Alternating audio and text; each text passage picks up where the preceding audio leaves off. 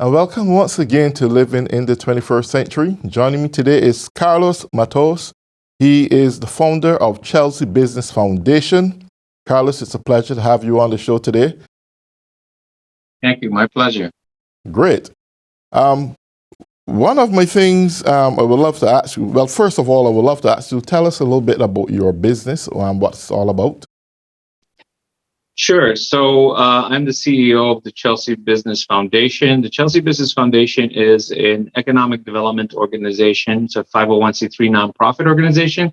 And we focus on building capacity and wealth and really investing in what has been an invisible economy in some senses. And I say invisible economy is because the businesses of gateway cities like the city of Chelsea have not really been kind of looked at in the right perspective as the economic engine that they are. And I think that one of the things that has highlighted the importance of these communities has been COVID in terms of both from the health perspective and the economic perspective and providing of goods and services to the broader society. So I think that our mission has been highlighted by the recent events of impacts, negative impacts of COVID, and really shining a light on the need to continue investing in these types of businesses and these types of communities. Right, right. Before I move on to COVID-19 and its economic impact in places like India, there's something that caught my eyes. I recognize that India has a crazy style of government, which is Prime Minister, the head of government, a president, which is head of state, head of civil services, cabinet secretary, legislature, representing in parliament. While here in the US, we are only just 3 branches of government. So that's a little bit unique in some form or another. But one of the things I want to ask you, because I understood that India had, in its embryonic stages when COVID came about, had somewhat given out a lot of their vaccinations, or vaccines rather, to several countries. And when they was faced with this serious disease, they had nothing for themselves. How is India at this point coping? With COVID, you mean? Yeah, with COVID, yeah. I'm not sure exactly what the approach is in terms of India's COVID responses per se. I think that the rest of they face a problem that the rest of the world faces, right? Which you just highlighted. I think that we need to be able to take care of the domestic situation, right? In terms of the vaccinations and getting sufficient doses to the internal population. But equally as important is making sure that you don't allow for variants to kind of keep occurring. And that can only happen if the rest of the world is vaccinated. And so I think contributing to that effort is equally as important as the domestic agenda. Great. Do you have any ideas what or how India's economy were impacted? Any ideas? Or you're not? I think that, like the rest of the world, a shutdown of that magnitude had nothing but negative impacts on it. And I think this is a great opportunity to rethink some of the supply chain and some of the abilities of goods and services to be provided in different ways, right? I think this is an opportunity for some like any kind of adverse situations. There's some business models that are going to survive and some business models that are not. And I think that there might even be some new business models that come out of this. And I think that that's what a lot of people are hoping for. Great. So in other words, in one way bad, but out of that, you can have a derivative of goodness coming out of it. Yeah, I mean, I think the challenge is how entrepreneurial and creative the Indian economy can be, right? And that's what's going to determine whether there's future prosperity or whether there's a long-term lag. Right. Okay. One of the things I would like to go back to, putting India aside for this point at this time, is your foundation. I heard you mention that you're looking at the invisible aspect of nourishing an economy in Chelsea and so forth. I think that's vitally important because I myself may want to get some ideas from you. Tell us what's really the pros and the cons when it comes to economic aspects in Chelsea. How effectively is your organization working in terms of stabilizing that economy and bringing it to light in front among other cities and so forth? Sure. So one of the things to keep in mind is the demographics, right, compared to some other cities. City of Chelsea is predominantly a Latino city in terms of that's the largest segment of the population. Over 70% of the population is Latino from a variety of different places across Latin and Central and South America. So these communities have been in this area for approximately over 40 to 50 years, right? A lot of the businesses that are in these places have been there 30, 40 years, but very few feel that they've gotten the assistance that they've needed.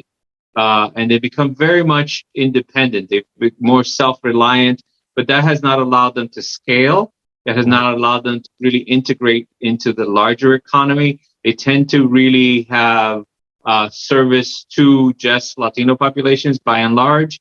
And so that limits their growth. And so by investing in those businesses, by providing access to capital, which is what we did during the pandemic, we provided $1.2 million through our ability to leverage resources to these businesses so that they could stay the doors open and they can continue to operate. They can continue to employ people. If you take, for example, Chelsea is located in Massachusetts, and there are several gateway cities as Chelsea is referred to in Massachusetts, and they are approximately equal to 1/3 of the state's revenues.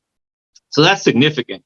And so there's no other place where you wouldn't pay attention to supporting 1/3 of the economy.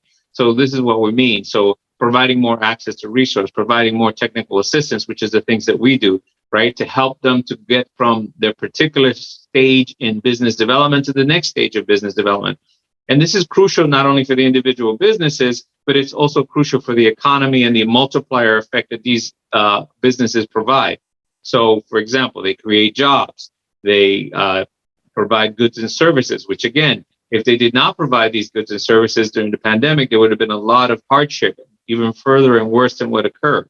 So these are the types of things what I mean by we need to continue to invest in these types of businesses because they sustain local economies and statewide economy. And you'll find that nationally this is the case. And I imagine India is no exception to this type of paradigm. Well, great. When you mentioned that, something struck my mind there.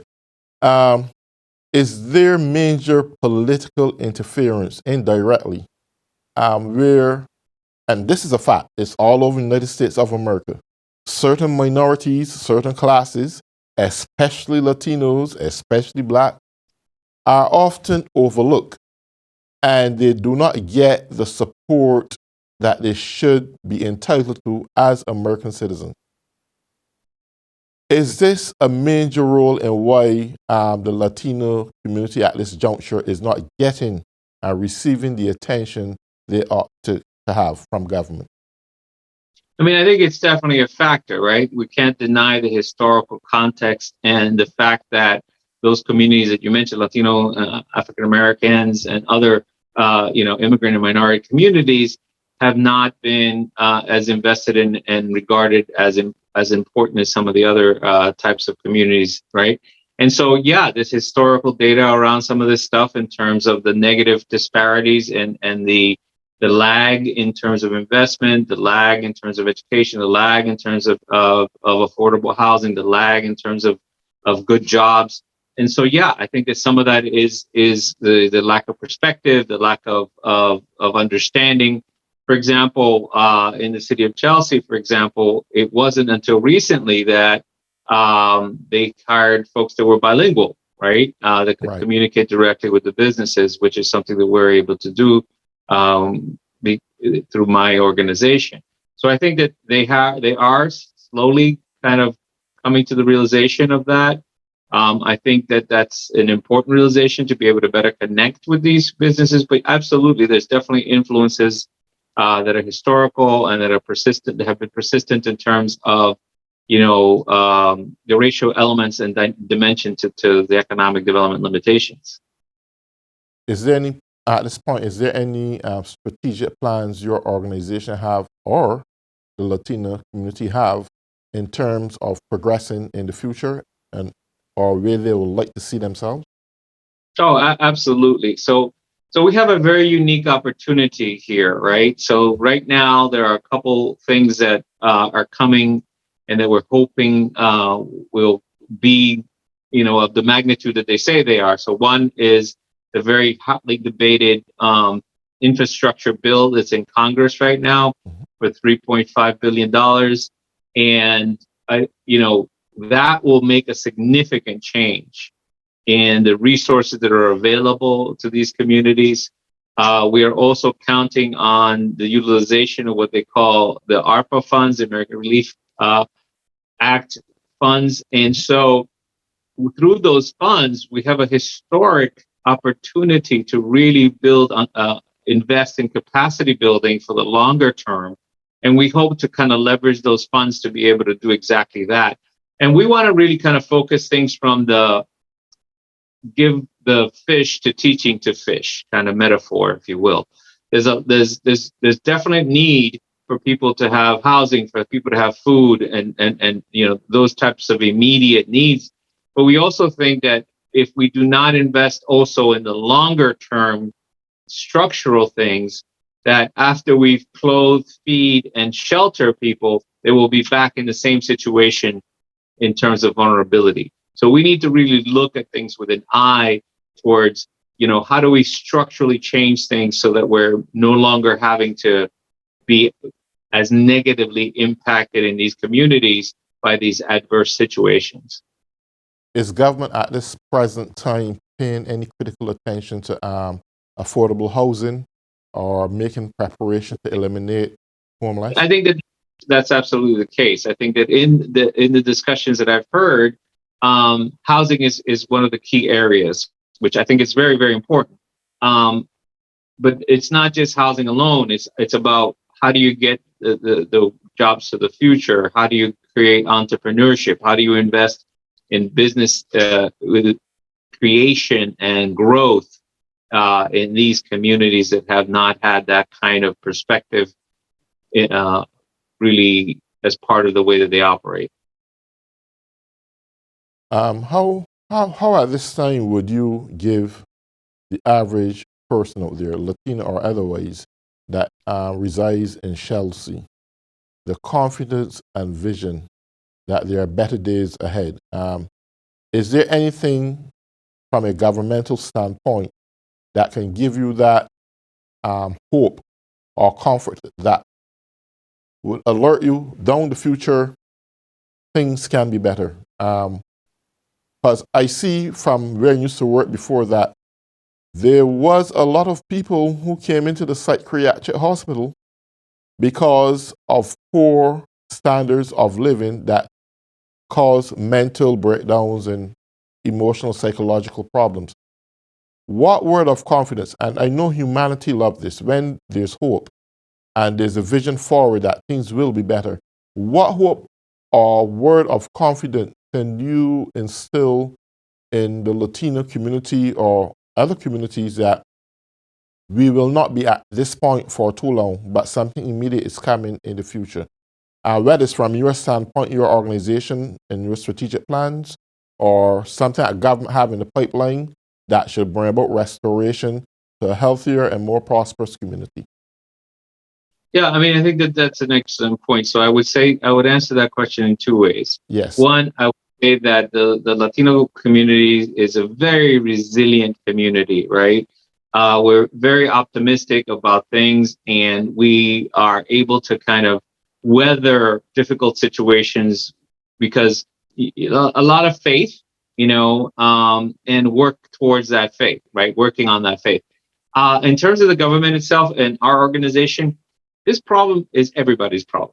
is not just the government's problem. It's not just our problem. It's everybody's problem, right? So we need to be able to all do our part to create that. And sometimes, as you know, one opinion or one approach doesn't always match everybody. Right. So we have to figure out a way how to work in harmony when we can, and in opposition when we have to, right?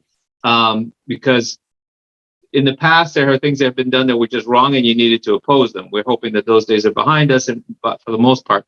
But in terms of concrete hope, the city is looking to put more funding, like I said, that was received from the federal government and other sources, into housing, into healthcare, into a variety of different areas. What we're looking for them to do is to invest heavily in economic development, but not just immediate only, which is necessary, but longer term things, right? How do we increase business ownership so that they're no longer vulnerable to a landlord saying, I need your building or your facility, and then they get displaced. So the same way that individuals have housing, we need the same thing for business ownership, so that it creates greater stability in the long term. We also need to be able to help the businesses to be able to connect to broader markets, right? They've been operating in a very small loop amongst their own community, and we think that there's opportunity to really grow and scale by providing their goods and services to a broader community. And so I think that those types of things are opportunities, and opportunity equals hope. Right. Beautiful. One thing I would love to ask, if growing your business at a larger scale, from its embryonic stage, you have to put short, medium, and long-term plans in effect. And most small businesses doesn't do that. And when the time comes along that they can really elevate themselves, they are too late. And someone with a lot of financial resources just come in, they take over everything. So is your organization preparing small businesses at this point to put together medium and long-term goals that they can elevate and prosper in the future when resources make themselves available? Yeah, so it's interesting you should say that, right? That used to be like the formula where a larger organization would come in and kind of had greater amounts of resources and kind of scoop things up. Today, it's a slightly different situation. I think today, we've seen a lot of disruption in the decade past, right? Where smaller, more agile players have actually won over the larger businesses. And so I think that the key here is, what does your business model look like, and how close and how well are you connecting with your clients and your customers? The better you understand the needs of those customers and anticipate those needs, the better and more prosperous you can be. And I think that that's the focus, right? How can you be unique in the sneaker business? How can you be unique in the wine business? How can you be unique in the clothes business? How can you be unique in the communications business or the restaurant business, right? For example, you go to places like the Chelsea, which has a lot of Latino food, or the North End, which has a lot of Italian food, or the Chinatowns of the world, which are focused on Chinese food. So you ask yourself, well, each of those restaurants has to find a way to differentiate themselves, right? And that's really what the key is. What is unique and special about you that will make somebody else come back to you, right? And I think that even though there are larger corporations with more resources, it's the effective use and the ability to really connect on a almost intimate level with your customers that will really dictate the success or not success of these businesses. Great.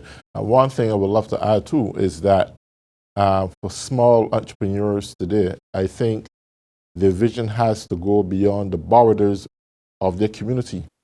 There was a time when the world was a large place, but now with technology, the world is a small place. And I think the beauty about that, it allows you to get in the frame of mind where you can not just only think about your community, especially those who are in manufacturing, maybe not those who run in a restaurant or a small closed business, but a person who is into the form of manufacturing. I think it's vitally important that their vision goes beyond the borders of their community and even their country. but looking at strategic markets, target markets where you can excel outside of your borders and penetrating those markets, I think that is vitally important. I don't know if it would be a time where, because you have to segment what kind of businesses operating within your community. If there would be an opportunity where you can actually say with these companies who are functioning in manufacturing sector or sales or something, to have a program where they can be mentored into going beyond their natural borders and capitalizing on external markets. I think this is where the imagination grow and long-term strategic plans are mastered in terms of building wealth in other countries and targeting other countries. Corporate America does it in the name of capitalism for many years. And I don't think that much small business people think that far because they see themselves as small. And they could understand that probably 20 or 25 years ago. But in a world of so much technology around us, and we can actually see what's going on, we can do our own market research. I think it's vitally important that courses or programs be structured by organizations, enabling you to evolve in a mindset that you can go take your business beyond your local borders. Would that be something that your organization would be looking at in the future that can enable the Latinos or whoever in the community to see a different, come in a different frame of mind? Yeah, I mean, I've been mentioning this throughout the conversation that, they got to stop just selling to themselves, right? Mm-hmm. That they have to be able to expand their markets, right? Mm-hmm. Now, that market has to make sense to the business model and to understanding the clients, right? Mm-hmm.